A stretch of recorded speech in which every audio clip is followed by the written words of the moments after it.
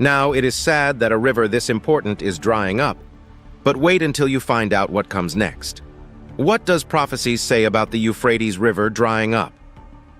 Many major religions in the world today are quite familiar with the river named Euphrates, and the reasons for this are quite serious.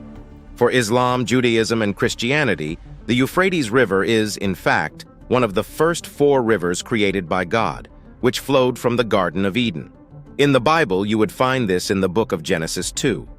But it gets even more serious as numerous Christian and Jewish prophecies have been made about the river. In the Bible, numerous prophets have prophesied about the Euphrates River, and interestingly, most of them talk about the river drying up as it is happening today.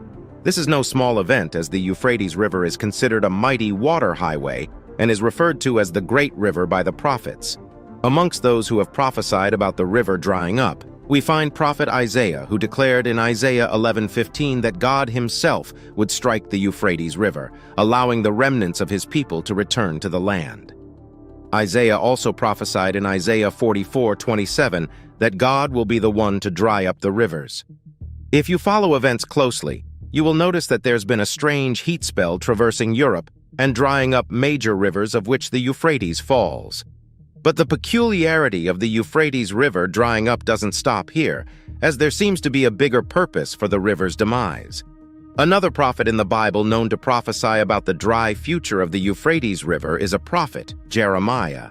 He prophesied in the book of Jeremiah 46:27 that the Euphrates River would be dried and parched because of the people's idolatry. However, nothing beats the fact that the Bible finally ties up the drying up of the Euphrates River to the end of the world. In the book of Revelation 16:12, it is written that the 6th angel poured out his bowl on the great river Euphrates, and its water was dried up to prepare the way for the kings from the east. Many have tied this prophecy to mean that the Euphrates River will be sadly supernaturally dried up to allow forces from the east to cross in order to fight a symbolic battle known as the Battle of Armageddon. Here, the Battle of Armageddon is seen as part of the series of events leading up to the second coming of Jesus Christ and the final judgment. It is often associated with a period of great tribulation and turmoil. Many interpretations see the battle as highly symbolic, representing the ultimate confrontation between the forces of good, representing God and his followers, and evil, often represented by Satan and his followers. It symbolizes the final defeat of evil and the establishment of God's ultimate reign.